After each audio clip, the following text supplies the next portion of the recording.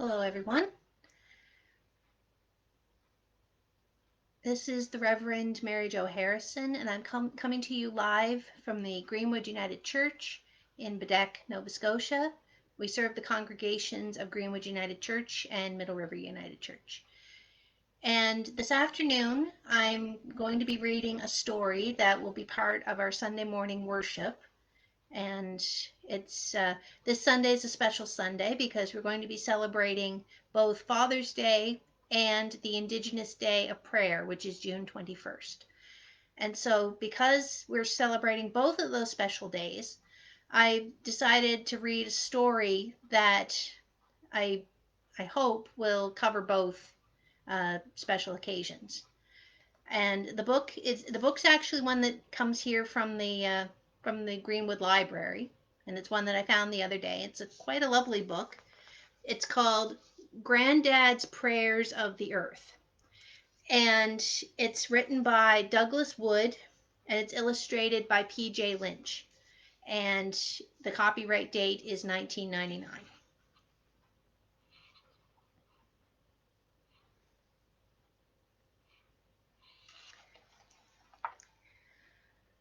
When I was little, my granddad was my best friend. Being with him always made the world seem right. Granddad and I liked to go for walks in the woods together. We didn't walk very far, or very fast, or very straight.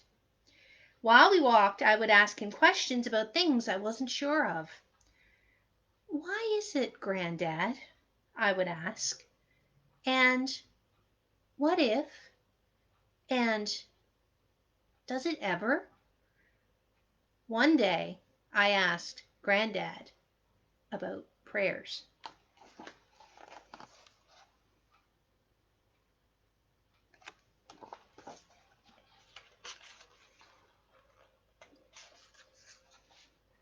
For a long time, Granddad was quiet.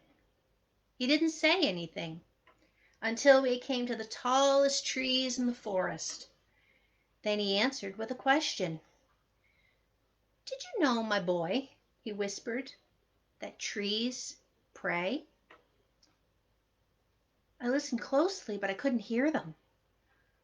"See how they reach for the sky," he said. "They reach and reach for clouds and sun and moon and stars. And what else is reaching for heaven but a prayer?"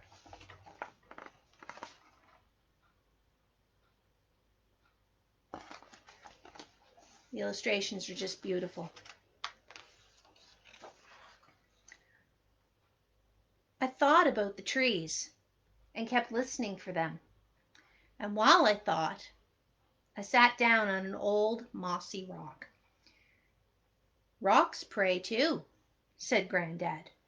"Pebbles and boulders and old weathered hills. They are still and silent. And those are two important ways to pray." I thought hard about the rocks. I picked up a pebble and stuck it in my pocket.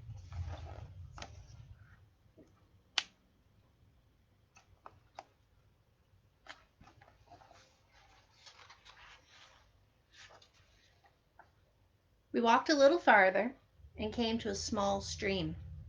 The water splashed and sparkled, and tiny fish hovered in the shadows. "Do streams pray too, Granddad?" I asked. "Streams pray too," he answered, "and lakes and rivers and waters of all kinds. Sometimes they pray silently, like the rocks. They lie still and calm, reflecting clouds or birds or sunsets or the first evening star. Sometimes they pray with movement, flowing across the face of the earth, giving themselves to the ocean, and beginning their journey all over again. Sometimes waters pray with laughter, chuckling to their friends, the rocks. And sometimes they pray by dancing, leaping into the air, and falling back again."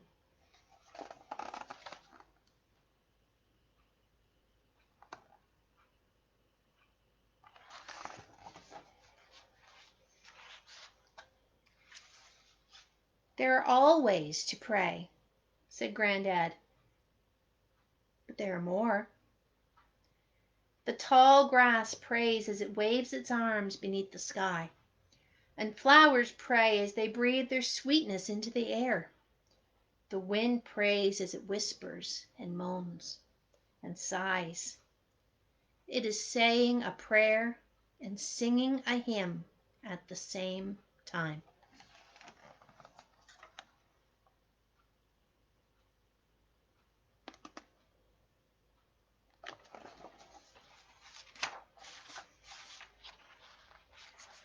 A bird prays when it sings the first song of the morning, and it prays in that silent moment just before it sings. And the robin's last song at sundown is an evening prayer.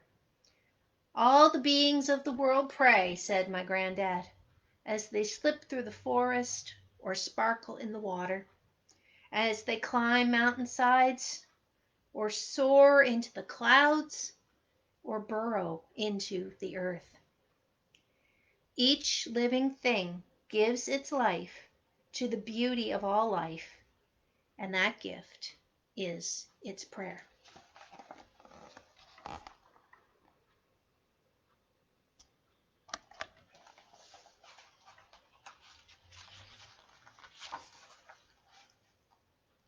Then we were quiet, my granddad and I. He was watching something far away, and I was thinking about all he had said about rocks and trees and grass and birds and flowers. Finally, I asked him to tell me about the prayers of people. Granddad smiled and ruffled my hair. People pray some of the most wonderful prayers of all, he said.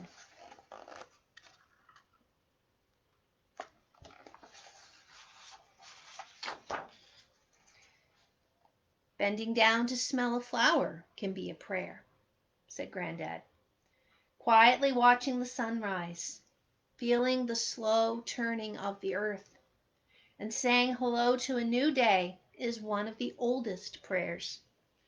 Standing in a snowy woods on a winter day and watching your breath become part of the breath of the world is a way to pray.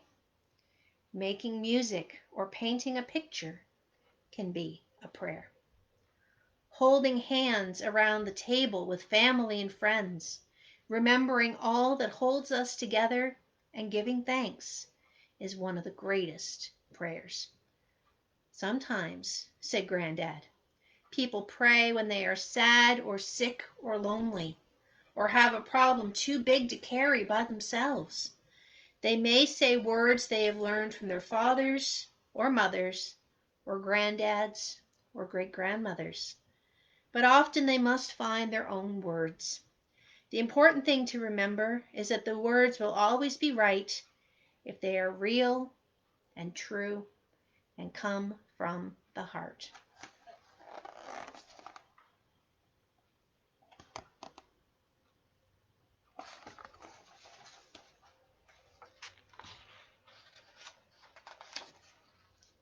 We had walked far enough, and Granddad said it was time to go back. But I had one last question. Are our prayers answered, Granddad? I asked. Granddad smiled. Most prayers are not really questions, he said.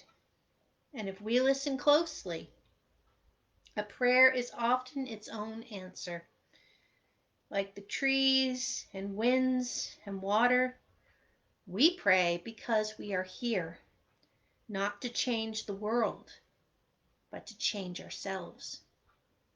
It is because when we change ourselves that the world is changed.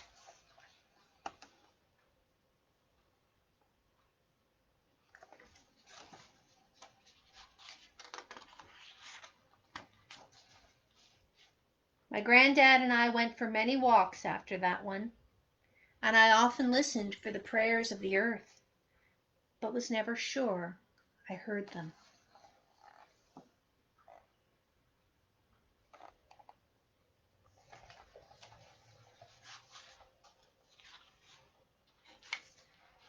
Then one day, my granddad was gone, and no matter how hard I prayed, he didn't come back. He couldn't come back. I prayed and prayed and prayed until I couldn't pray anymore. And so I didn't for a long time. And the world seemed dark and lonely without my granddad in it.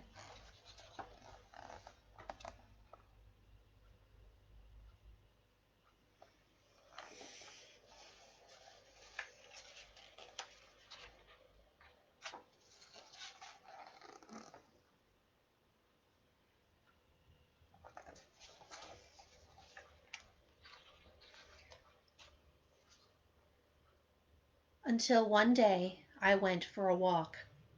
I found a big rock under some tall trees and sat down on it.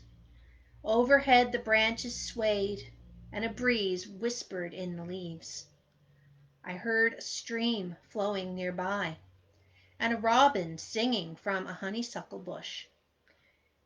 And I heard something else too, something in the sounds of breezes and birds and water. I heard prayers. The earth was praying, just like my granddad said.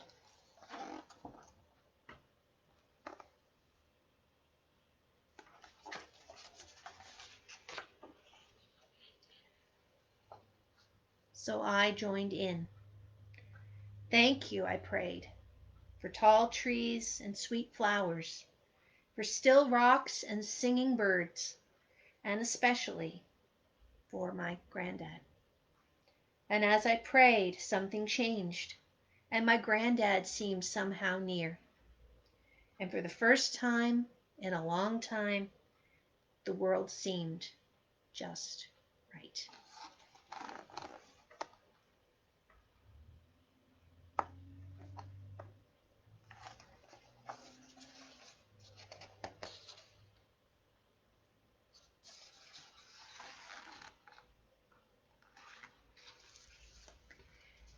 And that's the end of the story. I wish everybody who's celebrating today a very happy Father's Day and a very happy Indigenous Day of Prayer. Thank you. Enjoy the rest of the service and take care.